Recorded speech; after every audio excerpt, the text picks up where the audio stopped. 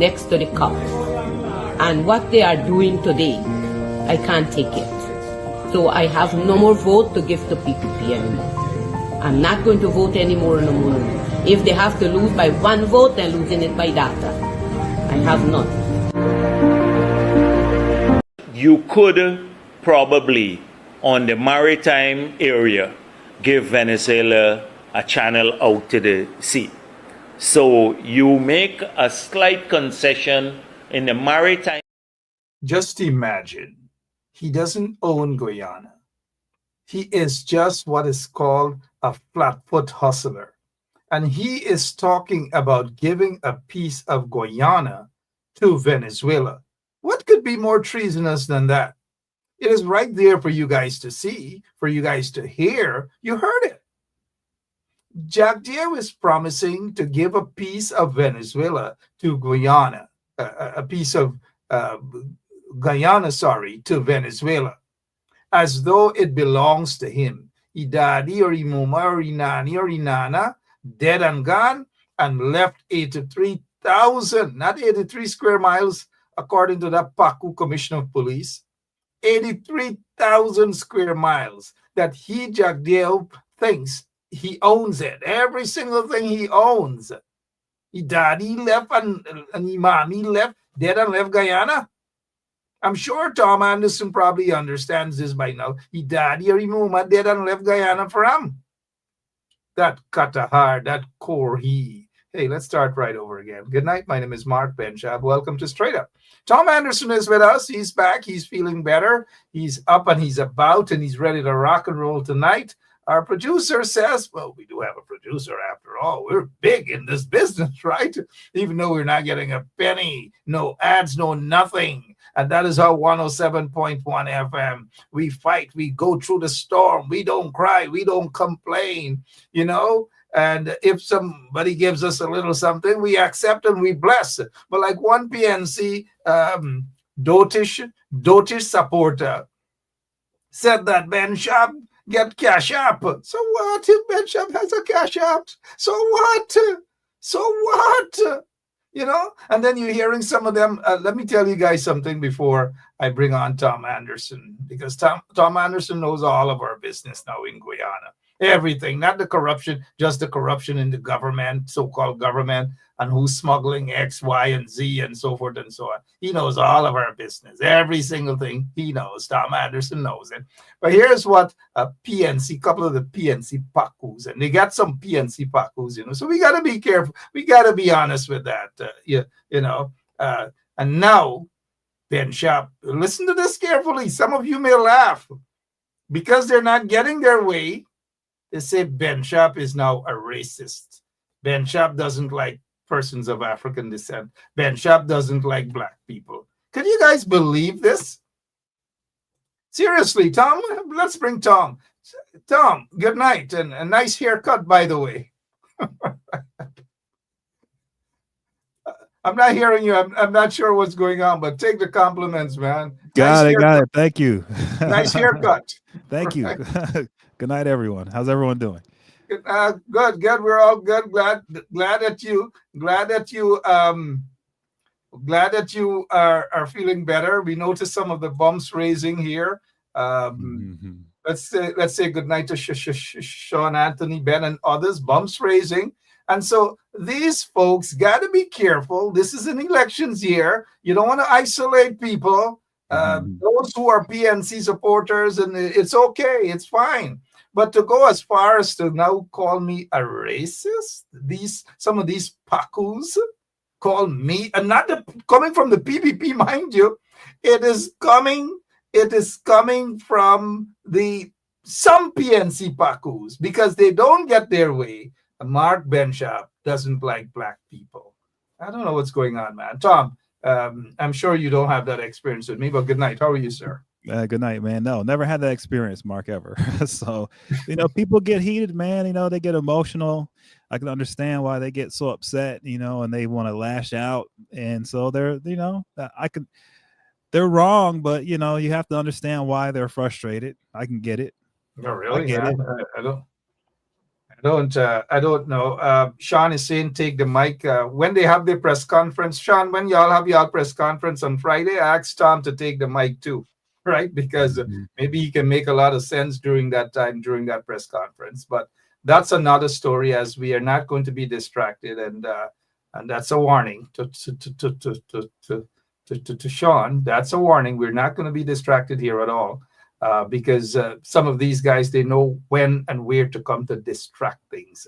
It is not going to happen. And I'm just going to point that out to some of you guys in a very serious tone. It's not going to happen here. So, Tom Anderson, good to have you back. But before we get into business, let me just say that elections for 2025, not the general and regional elections, but elections for the Guyana Teachers Union, it's around the corner. And so this is just something that we are doing here for the GTU. Elections package will include list of names of GTU members who should receive a ballot, an envelope with ballot for each member to vote, and return flyer outlining the voting process. And so kudos to those guys. I think Trevor, Ben is and company and others are involved in this, and it's going to be quite transparent. And so kudos to those who are behind the scene trying to make this happen. Tom Anderson, again, welcome back. And those of you who are now joining us, good night and welcome to Straight Up on 107.1 FM. Tom, as you would know by now, the Pope is gone. And right after, the day after he met with J.D. Vance, he just, as we would say in Guyana, he kicked the bucket. He died. Your take on this, please.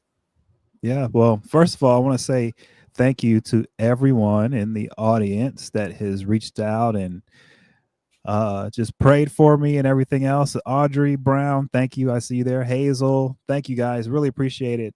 Prayer does work. It's one of the most powerful things you can do for anyone. And so people prayed for me. I really appreciate it. I really want to thank all of you. And so, yeah, on that note with the Pope, he's, he did some things in the church that were very interesting. He bucked the traditional route. He went a more progressive route. I felt like since he came from South America, he had a different touch on this part of the world from previous popes. I thought the Catholic Church had more of a focus down in Central and South America than they had in the United States, whereas Pope John Paul, those guys traditionally would be more focused on the United States.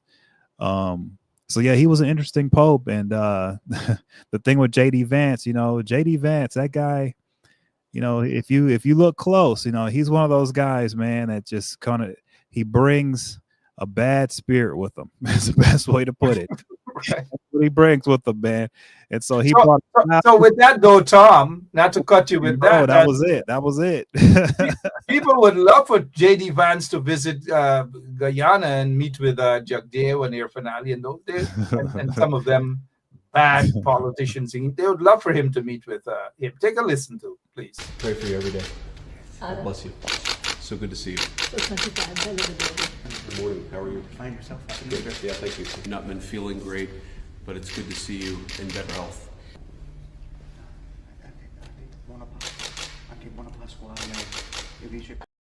Yeah, that's J.D. Vance. Hopefully he will take a visit to Guyana. Let me ask you this, Tom.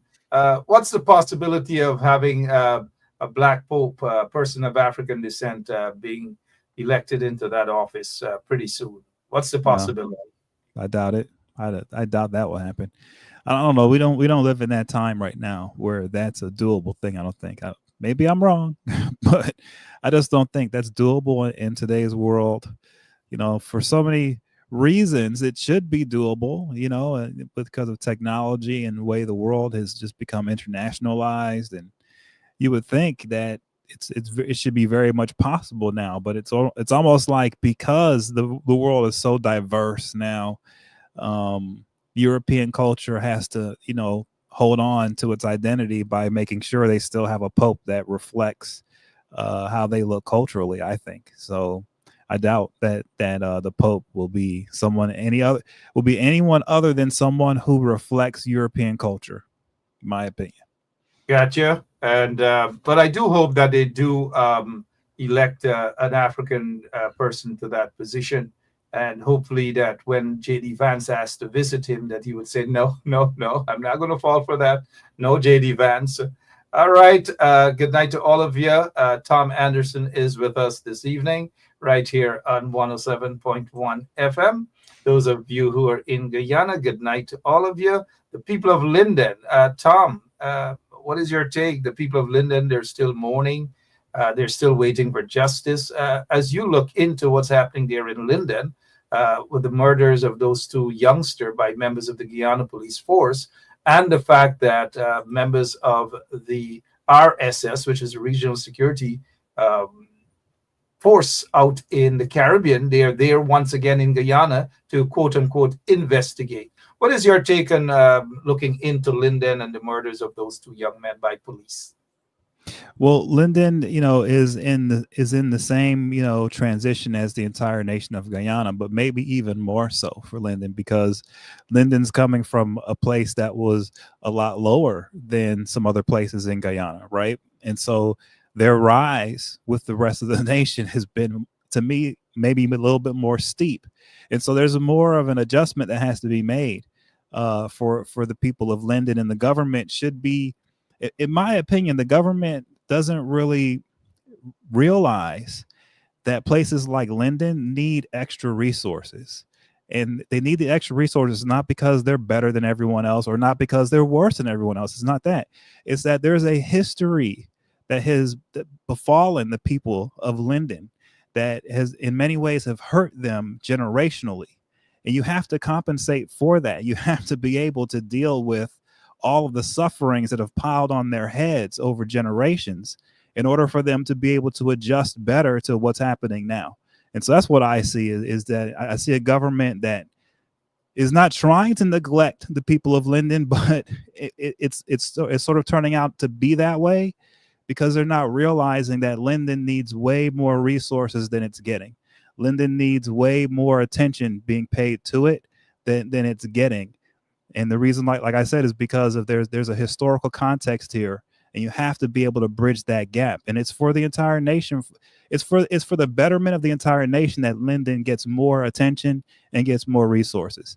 That's my take on it. And I don't know if the government is listening. I don't know if they can understand what I'm saying on this, but it's imperative. And I'm speaking from a place a little bit of experience because we had cities here in the United States. Out there in Los Angeles, we had areas like Watts and Compton that were just totally run down and beat down, and there was violence going on. And as the country, as America was getting out of the 80s drug epidemic and building again, and we were going into the .com world, places like LA were falling behind, and black areas were falling behind. And so extra resources had to go there. The people in these areas in Compton and Watts had to come up with ways to build themselves up. And they had to do that in conjunction with help from people all around our country, right? So I think the same thing has to happen in Linden. I see some similar characteristics between what I saw here in the 90s and the early 2000s in America and Linden right now.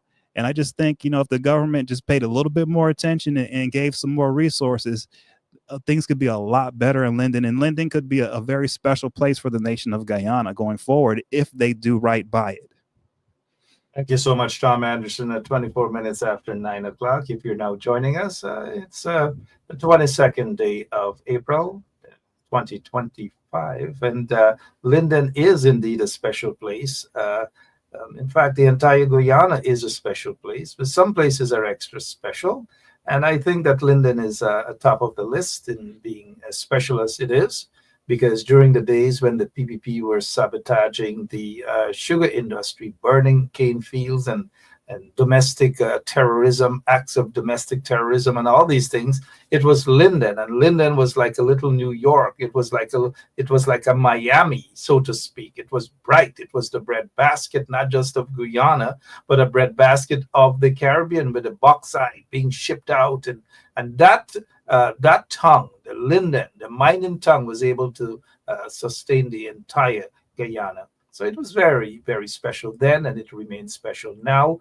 I agree with you. It appears that they are actually turning a blind eye on Linden, deliberately neglecting the township. I noticed there's a comment from Simone Jessamy saying, hell-bent on destroying Linden. And that sort of opinion is consistent across the board. The perception by so many people, so many Guyanese, is that the PPP regime is hell-bent on destroying the township of Linden. Tom, before we move on, we're still going to stick on Linden. The funerals of the two young men, who were murdered by members of the Guyana police force, took place Sunday. And not a single so-called government official, not one of them attended that funeral. What is your take on that, sir? Yeah, like I said, Linden's in that transition place. That it's a place where the politicians, the elected officials, they don't know if they should put their reputation on the line by coming out to such a funeral, to anything that could be politically sensitive, right?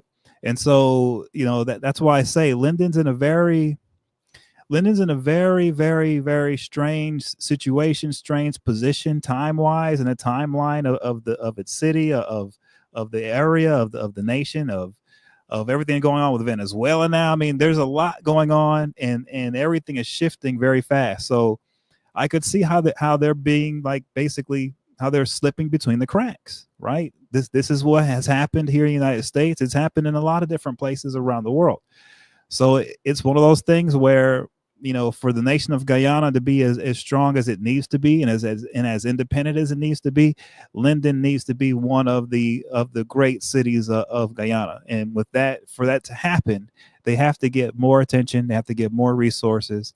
They have to be in a position where, when things are happening and there's funerals like these, that the national politicians can come in and feel comfortable and feel like they're a part of making sure that something is done and changed with how policing happens there, and they're a part of the community.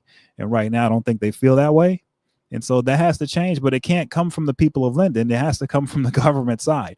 If the government wants a better relationship with the people of Linden, the government has to change their approach, right? And the approach has to be much more opening, much more arms open. It has to be an approach of, basically a blank check, whatever you guys need to improve your schools, to improve your infrastructure, your roads, everything that you've got there.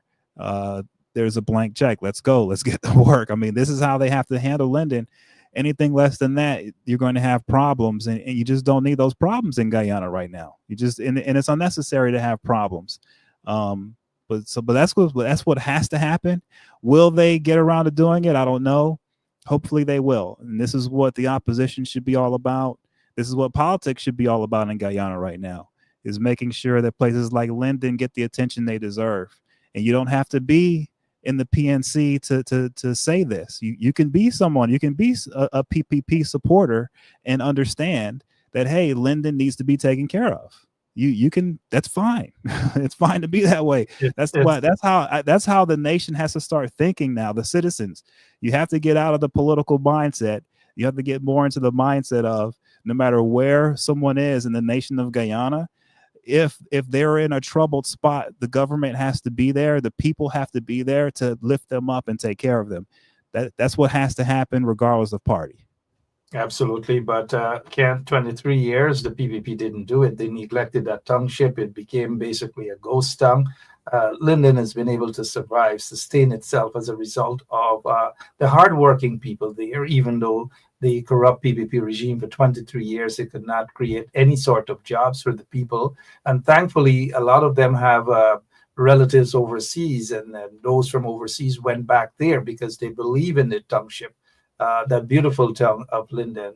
And so the PPP cannot say of any development they have done in that township over the past 20, maybe 27, 28 years since they've been in office. What they've done, they've been targeting the people of Linden because those folks out in Linden, they support overwhelmingly, they support the PNC. And at one point, I think the AFC got one seat in that region, including Linden. And so the PPP back in 2006, they stole 2011, I think it was, they stole a seat from the people of Region 10, which include of course, Linden. The PPP are a bunch of vagabonds. They stole the people's seat in that region. And Sam Hines, who was prime minister then, squatted on that seat for 5+ years. So the skullduggery is there. We're watching that they're attempting to steal another seat in Linden. The evidence is there. It's glaring to all those who have eyes to see. All right, so let us see what's happening next as we move on. I noticed some of your comments talking about one particular comment coming from Shrimpy, DJ Shrimpy. DJ Shrimpy, we saw a comment just now. If our operator can get back to Coley Allen, also known as DJ Shrimpy, says, and he's from the mining town of Linden. He says, years ago when the whole of Guyana in blackout, Linden always had lights. Exactly. And not only lights, Linden was basically the bread and butter for the entire Guyana that saved Guyana during those years when the PPP was practicing domestic terrorism by burning cane fields and sabotaging the entire economy. Thanks to Linden. Thank you so much, Linden. It's a shame, though, that under the PPP regime in 2011, 2012, the 3 persons were shot and killed by members of the Guyana Police Force. At that time, the current commissioner of police was the commander. He was not charged. He was not placed before the court. Neither was he thrown in jail for a few years. But today he sits there as the commissioner of police. That just explains Guyana in a nutshell.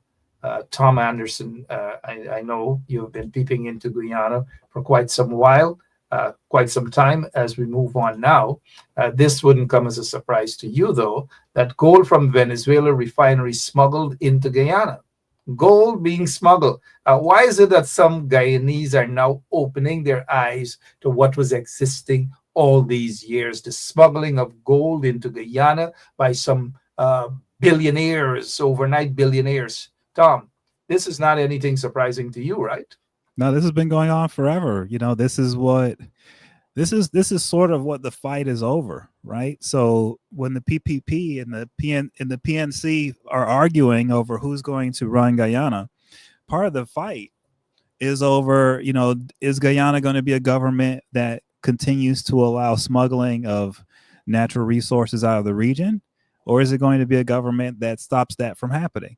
And so there are a lot of people around the world who want to continue the smuggling of all types of things through Guyana. And these people are dangerous people. These people will hurt people. They'll go out there and they will kill people. They're violent. I mean, these are guys who work outside of the law. They work within the law. They bribe governments. I mean, these are scary folks, right? And so that's sort of what the people of Guyana have to realize when they're you know, going into elections. It's not just about Guyana, it's about the rest of the world, because if you have a government in place that allows smuggling of all types of stuff out of the Amazon into Guyana and out into the rest of the world, then what you're bringing into our world is a group of basically pirate billionaire people who are wreaking havoc on all of our countries, right? That's what you invite when you have a government that allows smuggling on the scale that's been happening in Guyana. And so that's what's on the ballot, basically. And people need to understand that. That's one of the reasons why I come on the show, is to explain that, hey, you know, so for people in the United States, there are things that we do care about in Guyana. And one of the things we care about is the smuggling situation, because we know that it invites dangerous people who do really bad things to people. Okay, we know this, and we don't want that happening in our backyard, right? As Americans, we want to be able to feel free to be able to do business anywhere near us. We want to be able to be peaceful with our neighbors, and you can't do that if you have Guyana in a position where they're allowing smuggling of everything from nations all around them through them and out into the rest of the world with outlaw bandit people. You know, it's a big problem. And not only that, with bandits, you're talking about, this is how terrorism gets financed around the world. A lot of bad things are financed because the government of Guyana is not in a position to deal with the smuggling epidemic that's coming out of the region out into the rest of the world through the nation of Guyana. You know, Tom, over the years, watching into Guyana and the affairs as it pertains to smuggling, not just of gold and drugs and all these things. And there are some very key players who have been smuggling gold out of the country. And some of them have been using some of their monies, hundreds of millions of dollars, to finance terrorism around the world. What are some of the things that you have unearthed by some of these smugglers, gold smugglers in Guyana? Yeah, I mean, so a lot of it is going out to finance terrorism, okay, out in the Middle East. So, you know, when you follow where the smuggled drugs and the smuggled gold is going, it's going to some of the worst places on earth, war-torn places, places where there are sanctions, places where there are things like nuclear contraband being smuggled. I mean, this is, you know, when you have the amount of smuggling happening that's been going on through Guyana, it invites so many bad actors in the world to your country that it becomes just a danger zone almost, okay, where just really, really bad people just want to be hanging around. And that's, I'm telling you, that's where these elections are going to be coming down to, because no matter who's in charge in Guyana, there is going to be pressure by these really bad actors to make the government acquiesce and turn a blind eye to this smuggling that's been going on, because it's billions and billions of dollars worth of stuff that's been coming out of here, and it's financing wars. Okay, it's financing people who need this stuff in order to fight their battles, in order to murder people, in order to sell drugs and do all types of things. So this is a dangerous, dangerous game that Guyana is in the middle of, and the people have the power to get out of it, but it's going to take the people. Only the people can get together to help wipe this scourge out of our region, and then it's up to the people of Guyana to do it. No one else can do it. It's up to you guys. Yep. Thank you so much, guys. Those who have smuggled gold out of the country and other stuff and became this overnight millionaires and billionaires, you've got to be very cautious because a lot of that money was used to finance terrorism around the world and to support some really, really bad folks. And read between the lines, guys. Read between the lines. Tom, we move over now to the U.S. State Department that highlights corruption, bribery, nepotism in public sector as the key hindrances to drug fight in Guyana. They're talking specifically about the drug fight now, and they're saying, look, in other words, public sector, nepotism, and all these things. Marco Rubio just left Guyana not so long ago, and he seemed to think Guyana is in good hands.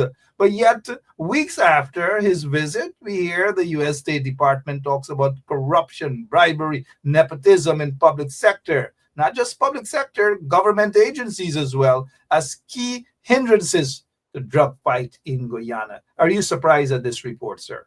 I mean, this is what we know. I mean, I'm glad that they're reporting it.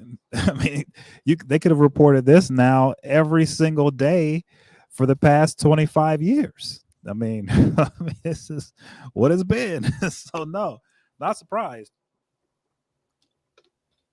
What I will say though is, you know, people should realize in Guyana that you can blame the United States government that we've been asleep at the wheel, that we aren't helping enough, because Guyana needs help to deal with this gold smuggling and drug smuggling and all this stuff. I mean, like I said, these are dangerous hombres that they're dealing with. And so, yeah, Guyana needs help. But the issue is, okay, yes, we can help, but no one is here to take over the nation of Guyana for the people of Guyana. You guys have your own government. Yes, people can help, but there's only so much we can do, okay? And so this really is an issue for the people of Guyana. Whenever you guys are debating your election and you're talking about the PPP versus the PNC, the debate should really be about, hey, are we going to be a nation going forward that eradicates the drug smuggling and the gold smuggling and the human trafficking? Are we going to get rid of that? Or are we going to be a bandit nation that's going to allow all that to continue to happen to hell or high water? Which one are we going to do? That's the question. And that's what the parties should be arguing over and should be talking about. If you ask the PPP, I don't think they really care about the smuggling and stuff like that. I don't think they care. I think for them, as long as those guys stay away from causing violence or problems in Guyana, then whatever violence they cause outside in the rest of the world, who cares? I think that's sort of the attitude from what I've seen from the PPP. And I think with the PNC, you know, I don't see them saying much either. Okay. I don't see much coming out of them either on this. So it's a touchy subject, but it's one of those things where outside force is needed, but the outside force can only come in and help if the people of Guyana make space for that to occur. And the people have to do that through the elections, right? And so speak your voice in your elections. And if you want outside help to deal with this drug problem, then you have to vote accordingly, okay? And you have to hold these parties responsible as to who's going to deal with it and who's going to reach out to get the kind of help that you need to stop this from happening.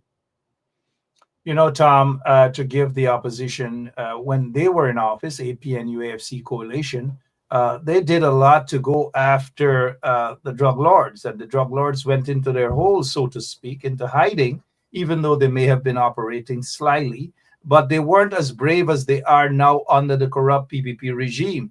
What the coalition government did, they removed the head of the drug enforcement agency in Guyana called CANU, the drug enforcement agency there in Guyana. They removed the head and put somebody that can really go after and tackle those drug lords. As soon as the PPP got installed back into office, they replaced the head of CANU with the same guy who was removed. And the head of CANU was removed because of under questionable circumstances. He was removed. And so the PPP is quite comfortable with having someone like that they can probably manipulate, they can control, and the drug lords can be comfortable and happy with those sort of people at the helm of those agencies. We hear here, this is another, according to the report, despite growing oil wealth and the government's increased efforts, so-called increased efforts, the public sector, including law enforcement and custom officials, remain underpaid, coupled with lack of adequate resources and shortcomings in the legal system. This allows traffickers to exploit government systems and move illicit drugs through Guyana. Not just the drugs, but the gold. We heard about that Reuters report and all these things, and the overnight billionaires, how they were able to do their illegal trades. This is coming from the U.S. State Department report about drugs. Again, not surprising, sir. No, I mean, this is the world that we live in. All right. And so, this is dangerous stuff. Okay. This is stuff that's very serious. And it's going to take, Mark, it's going to take more than the government of Guyana to deal with this. Okay. This is an international problem. And so they're going to have the government of Guyana is going to have to be in a position where they can work with not only our government, but the governments of Canada, the governments in the region as well, CARICOM governments, everybody, Brazil. They have to be able to work with everyone on this because this is an international issue. Guyana is a key piece in all of this for the smugglers, right? But Guyana is not the only one with this problem. And no matter how much the government of Guyana does by itself, it won't be able to stop what's happening, right? They have to work with others. Cut you, the government, there's no evidence that they're doing anything other than aiding and abetting the drug lords. Take, for example, commanders, senior police officers are accused of being part of the drug trade. Instead of being questioned and probably investigated, the PPP just removed them from one region to the next region instead of investigating them, putting them in jail if they're found guilty, or removing them from the Guyana police force. That is what the PPPC is doing. And so because of that, they're not serious about fighting the drug trade. If they fight the drug trade, guess what they'll be doing, Tom? They'll be fighting themselves. Well, that's a part of it. That's the part of the problem, right? Is that the drug trade and the smuggling has gotten so intertwined with the economy of Guyana that there's overlap, that there are people who are benefiting from it all over the political spectrum, right? And so the same thing happens here in the United States, where there are individuals, there are companies, there are places here that are enriched off of the drug trade. Okay. And those people want the drug trade to continue, or they don't want to stop it because they'd be hurting themselves if they did anything to stop the drug trade. Right. And so that's the problem with this thing, is that, the drug trade is not a simple problem. It's insidious. It benefits many, many people, many economies. It's one of those things that's just really hard to eradicate. And trust me when I tell you, look, the United States had this war on drugs, and all it really did was it was used to abuse Black people. Okay, it really didn't stop the drug flow. And we were trying everything we could. We were in the jungles with helicopters and everything, and we just couldn't stop it. So this is a much bigger problem. It's an international issue. What has to happen is Guyana has to have a network in place, an infrastructure in place where they can track what's coming in and out of the country, and they can work with their partner nations to be able to make it so that Guyana isn't such an attractive place for smugglers to use. That's it. You don't have to, perfect it to make it so no one can smuggle anything through. No. We just have to make it uninviting enough to make the traffickers move on to somewhere else where it's easier, somewhere else in the region, right? And so the only way to do that is to put the infrastructure in place, use the oil revenue that they're getting to get, the boats you need, to get the helicopters you need, to get all the equipment and the infrastructure in place to be able to control your borders and to be able to control your ports so that you know what's coming in and out. That's it. And that's a technical function of the government. The people of Guyana can't do anything about that, right? But you can vote for which party is going to put infrastructure in place so that your nation can partner with the rest of the world to help stop the drug flow coming, the smuggling coming through your nation, because it's not to your nation's benefit for this to occur. Okay, there's no reason why Guyana needs the money that comes from the drug trade. You guys don't need it, right? And so why, when you're voting, this is what you're voting for. Are you voting for a government that will continue to allow smuggling? Or are you going to vote for a government that will stop the smuggling and get the nation of Guyana out of the sphere of smugglers and murderers and basic international pirate billionaires wreaking havoc on everyone? Get that out of your nation. And the way you do it is with your vote.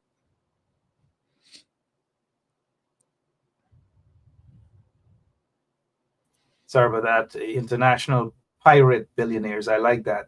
Pirate billionaires, not real billionaires. Pirate billionaires who were able to smuggle. They have quite a few of them in Guyana, mind they, parading themselves as legitimate business people and caring people about human rights and all these things. They're pirate billionaires. Got rich overnight.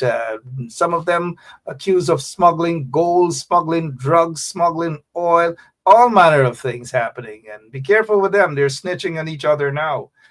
Tom, as we are still going to be on the issue of Gold Bar and so forth, here is something I'm sure you're too familiar with, and kudos to your work as well. Nadine Menendez, the wife of former Senator Bob Menendez, convicted of bribery.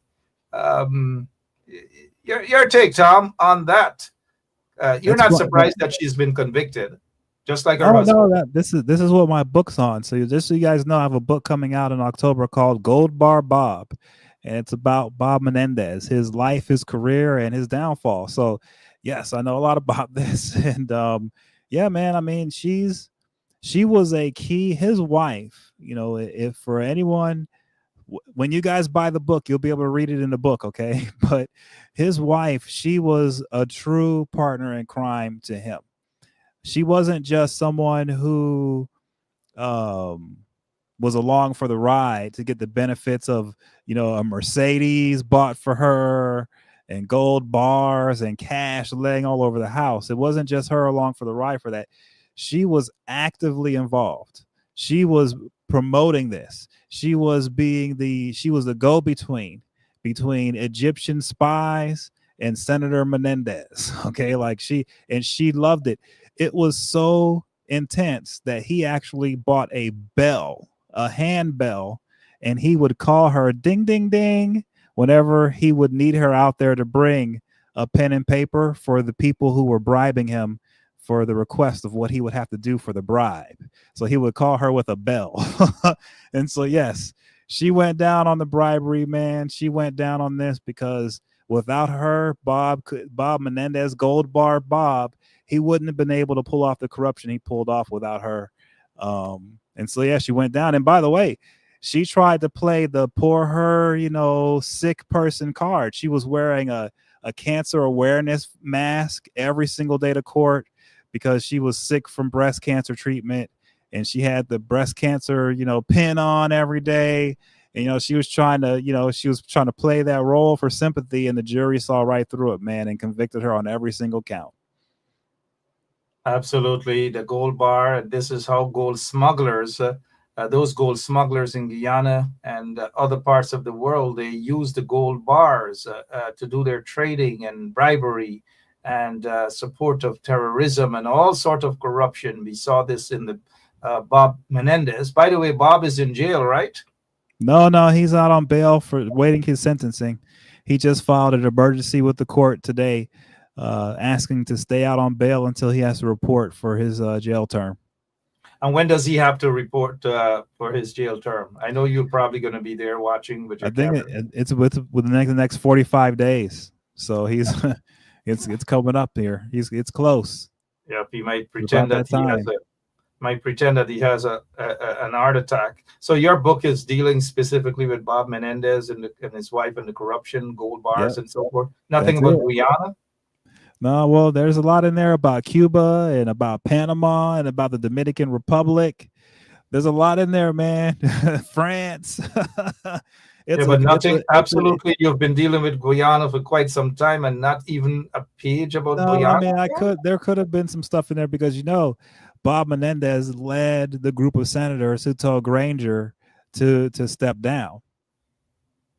Oh, yeah, a group of questionable individuals. And of course, part and parcel of that, I think Marco Rubio, when he was senator there out in Florida, he issued a statement. And I specifically asked his office to clarify on that statement. It said, no. They're not supporting any government. They're not supporting the PPP. They're not. It's just a general statement. And of course, I said, okay, Marco, it's a general statement. We see it. We read right through it. Tom, what is happening? What else is happening? We see Guyanese, they're preparing for elections. But before we get back to Guyana, what is your take on all of this that's happening in the United States of America? The defense secretary got his chat group and in sharing very important information with his wife and other members of his family, his brother, and other folks who should not be having any sort of access to those sort of information. And then we get what's happening on the immigration front. That guy has been sent to, El Salvador from Maryland. They're trying to get him back. What's going on, Tom? Talk to us, please. Mm-hmm. Well, the big thing is, to me, the main thing that everyone in Guyana should understand is that Trump has positioned himself in America to be 100% opposed to China. So we are doing everything in our power to counter them. And how does that fall on the nation of Guyana? Well, that's going to impact you guys because you guys have had a close relationship with China. And so going forward, do you guys keep that relationship with China going forward, or do you kind of, slip away from that? You guys are going to have to make a choice because the way Trump is positioning us, everyone's going to have to make a choice between us. It's going to either be us or China. And so that's that there. And what's going to precipitate it, okay, is if you look at everything that Trump's doing with the tariffs and and everything else, we're going to go into a recession here economically. And when we do, Trump is going to want to do some type of stimulus bill. Okay. And when he does a stimulus, it's probably going to be one of the biggest stimulus bills the world has ever seen. And all of that money is going to be directed towards stuff that the United States has never even tried to build before. And so I think in that, there's going to be a serious component in all of that when it comes to the nation of Guyana. I believe going forward that our government wants to partner with your nation. And so we're going to put the resources into it. And that's just going to be good for the nation of Guyana. I think you guys can look forward to better days, I believe. I think a partnership with us is much more beneficial than one with China. And you guys are going to have to make your choice. I think you guys have chosen us. Hopefully it is us. But the bottom line is you're probably going to have to choose us because Trump is pretty angry. And I don't think he wants China anywhere near the Panama Canal. And he's going to do everything he can to dislodge them. So you guys are close to that. So, yeah, so this is going to be, some interesting times. There's going to be some opportunity here. I think if Guyana plays its cards right, we could be in a situation where the people of Guyana can travel to the United States without needing a visa. That can happen. Okay, those types of things can happen. But then again, if it happens, then it will move from 750,000 people to probably 750 people. The entire Berbice, New Amsterdam, quarantine all over. They're going to be all over in Queens. They're going to be in Florida. They're going to be in Brooklyn and in the Bronx, all over, Tom. Once you open the floodgate for that, they're not going to be going to China. They're not going to be going to China. I think because if you notice, even if China has a visa-free travel and living and so forth, they're not going to go to China. Guess where they're coming? To the United States of America. And so they ought to be smart in terms of choosing those who are really there for them and read between the lines. But China isn't giving up. China is saying to those corrupt bandits in the PPP that they want to be the negotiator now, the conduit between Venezuela and Guyana. They want to negotiate. They want them to work together. So China is pulling a power move there. Do you think Jack Day and Irfan are going to bite the bait? Or they're afraid? Like this is more of, them having to make a choice between us or China. They're going to have to make a choice. Okay. And China is pushing them on it. Okay. And rightfully so. So, this is why it's imperative that the other reason that the people of Guyana should be voting is for, voting for a party that will bring your nation independence.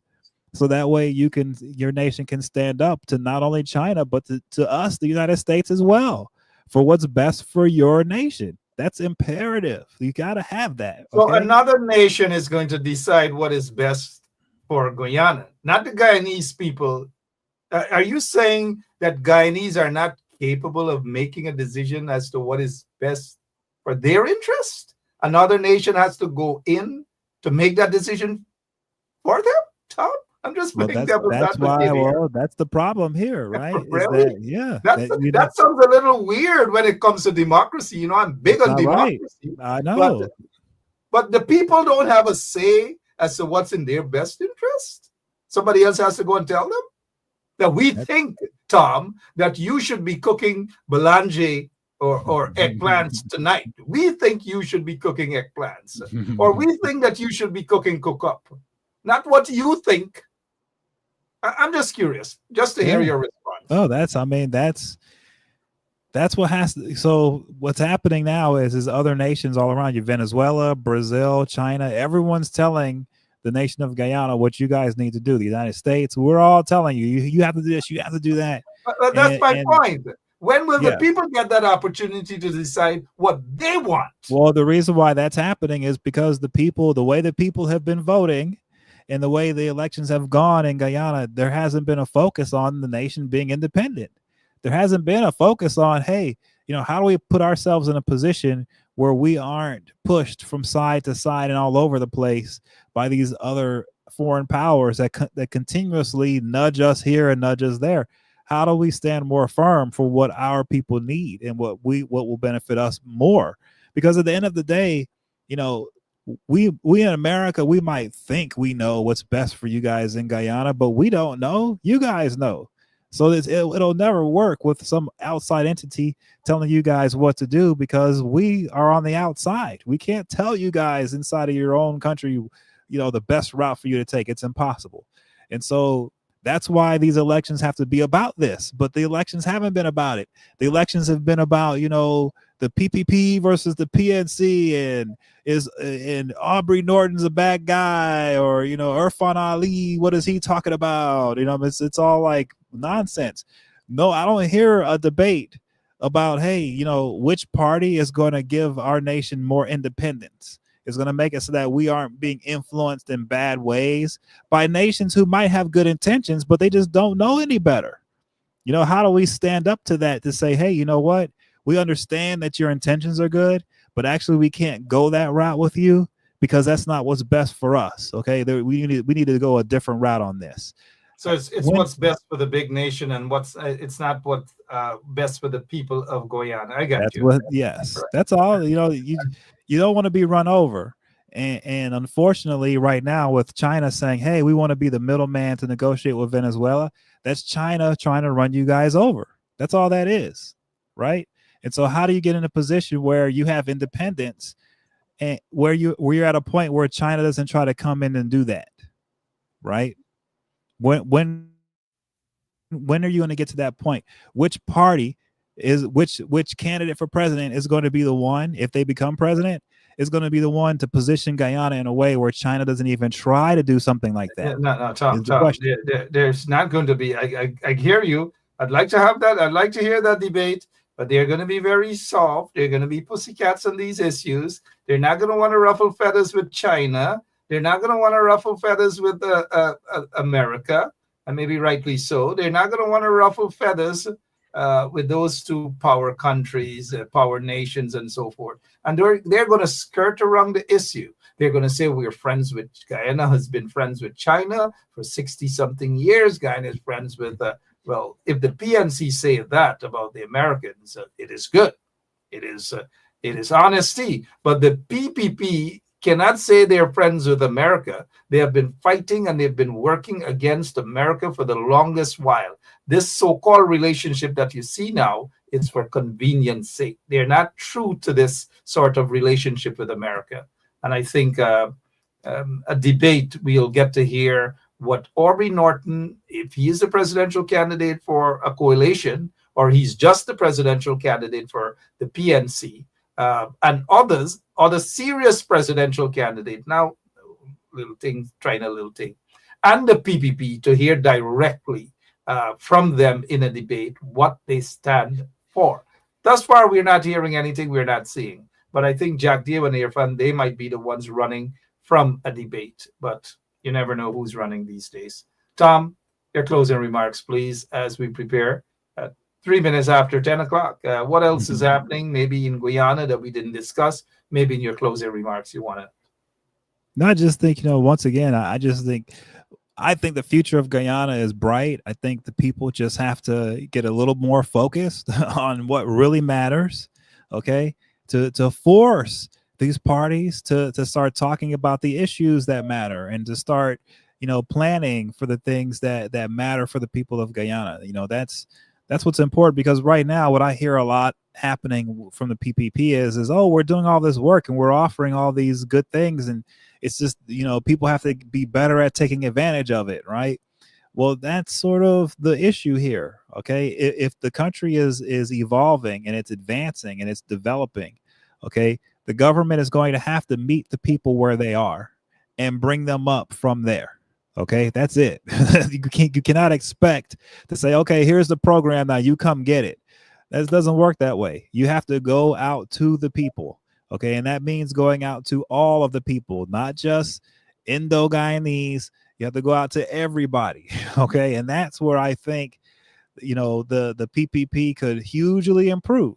All right, from just my look from the outside, I can see how they could hugely improve in trying to be more representative of the entire nation, and being more hands-on, and being able to be in a position to empower everyone, not just the groups that they're familiar with, or not just their supporters, right? They're really good at empowering their supporters, but they have to start thinking more about the nation itself, okay? And So that's on their side. And no matter what happens in the election, so even if they lose, the PPP still has to fix that about their party. Because, yeah, it's great to always take care of your supporters, okay? But they do it to the extreme, like big time, okay? And it gets out of hand, and it gets to the point where not everyone is benefiting the way they should, okay? And that causes strife, and it causes problems in the nation. So you just don't need that, and it's unnecessary. So I sort of see, to me, looking at it from my perspective, Mark, I try to come more from a positive place. I understand that there's a lot of political issues. There's a lot of bad blood in the water between the parties. There's a lot of history there that just can't be swept under the rug, and I don't dare sweep it under the rug. I don't. Okay, I understand that it's there, but I also know this, that what it's going to take for Guyana to move forward in the way that it should move is it's going to take people from all parties and from all walks of life to be able to put politics aside for a moment when they're talking to each other and start talking about the things that really matter, regardless of party politics. Okay. And right now, the main things is just to make sure that Guyana is a place that is an independent country that can stand on its own 2 feet, that can feed its own people, that can produce its own energy, and that can do everything it needs to do on its own without any outside help. It can protect itself. This is not easy to do, right? But this is what the election should be about. It should primarily be about that. And then secondly, the election should be about, okay, well, which leaders are going to step up to the plate to do what's right for all of the people of Guyana, even if it hurts them politically. As a matter of fact, what the people of Guyana should be asking for are elected officials that are doing things that are clearly hurting them politically. Why?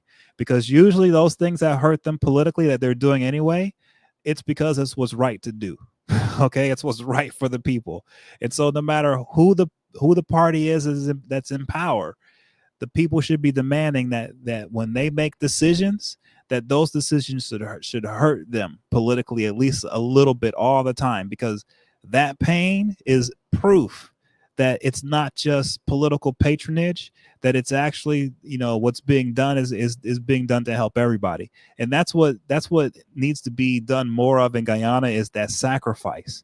And people, when you're looking at what's going on in the nation, I think the voters and the people need to look at elected officials, and they need to finally say once and for all, hey, these guys are the ones who need to be sacrificing the most. Okay. And they do. And when that day comes that your elected officials are the ones sacrificing the most in your nation, that's the day when Guyana will shine the most, in my opinion. Yep. Thank you so much, Tom Anderson there. It's 8 minutes after 10 o'clock. The people of Guyana, majority of the people of Guyana have no hope in the PPP. They know that the PPP cannot change. They've done it for 23 years. They're back with their same tricks again. For the past 4 years, the PPP is just all about corruption. There is no evidence that they take care of their supporters. However, quite the contrary, there is evidence that they take care of friends, families, members, and favorites. That's all they do. Because if we take a listen to how these folks out in a place called Blackbush Polder feel, how they feel about the PPP, and this is supposed to be a PPP stronghold.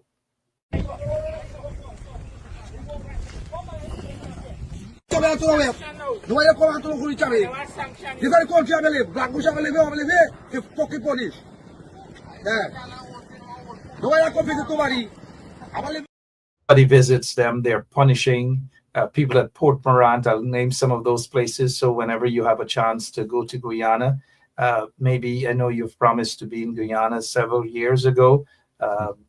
Vice News instead secretly visited the country many years, and you're well aware anyways. And so you need to visit, and when you do, well, by then the PPP will be out of office after this elections, keeping our fingers crossed. Blackbush Polder, the people are punishing, and it's supposed to be predominantly an area that supported the PPP. Port Morant, under quarantine, the people are punishing, and they're supposed to be predominantly PPP supporters in those areas. Little India, in Corriverton, the people are punishing. All across, you go in predominantly PPP stronghold areas, the people are complaining, they are punishing under the corrupt PPP regime. There's no employment for young people.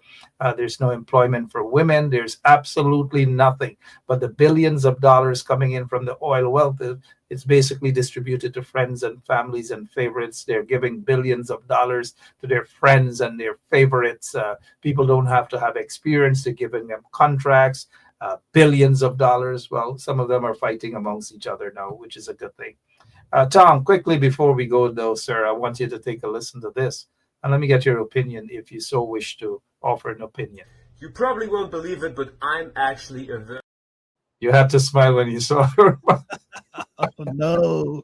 Take a listen to our friend, man. You gotta listen to this. You probably won't believe it, but I'm actually a virgin at age 21. I never slept with a woman. I never had a girlfriend. I never even kissed a woman. And it's not for religious reasons, and it's not because I'm waiting for marriage. Let me tell you about it. So I grew up in a very conservative village, and people don't really appreciate you thinking differently, right? So I didn't have a lot of social contacts, not with girls, just with like a few of my friends. Eventually I started my travels, eventually I reached to Trinidad, like my TikTok blew up. And yeah, all of a sudden I got all these attention from girls, like a bunch of girls trying to sleep with me, like DMing me, even like sometimes in person, especially in the ghettos, girls are like really straightforward. Walking on fucking white.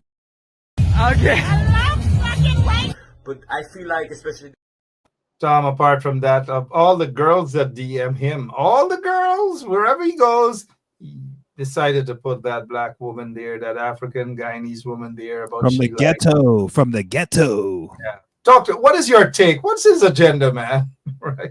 This guy, you know, I sent you. I told you about this guy before, Mark. I was looking at this guy and I was wondering, who is this guy?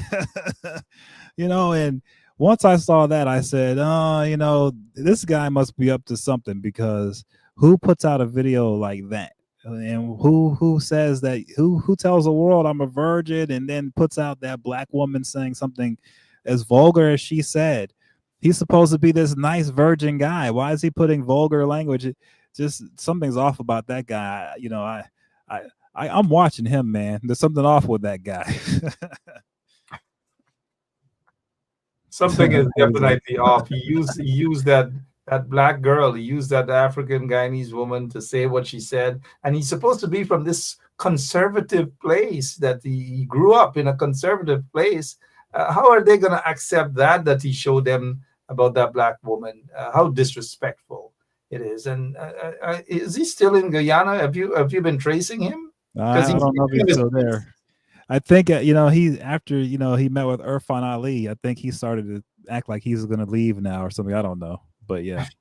But something you said, something is weird about him, though, right? Something. Oh, big time. Yeah, got to watch that guy. You got to watch him indeed. Tom Anderson, thank you so much. By the way, nice haircut. Nice haircut. Thanks, man. Thank you so much. Let me go and check out who is smuggling gold bars out of Guyana now. Becoming this, what is satellite billionaire, overnight billionaires suddenly. Lots of them, man. You got to keep an eye on them, Tom. But thank you so much for what you do. And thank you so much for always willing to appear on Straight Up. Thanks you, sir. Have a good night. Take care. Sure.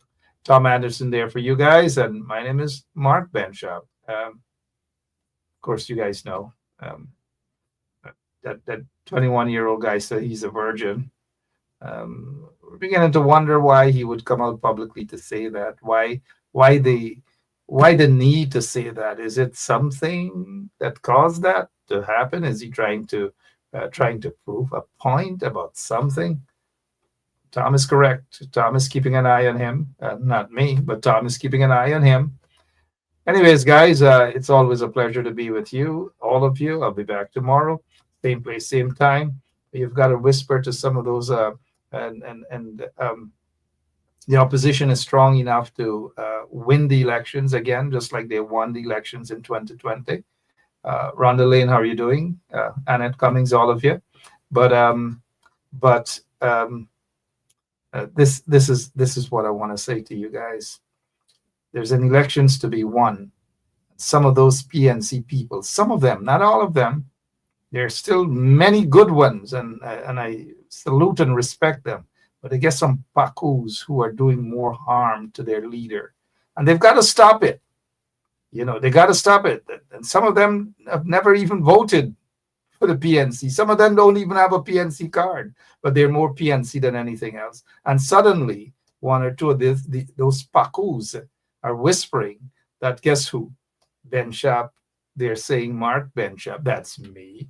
Of all person, I'm not real black, and I don't like black people.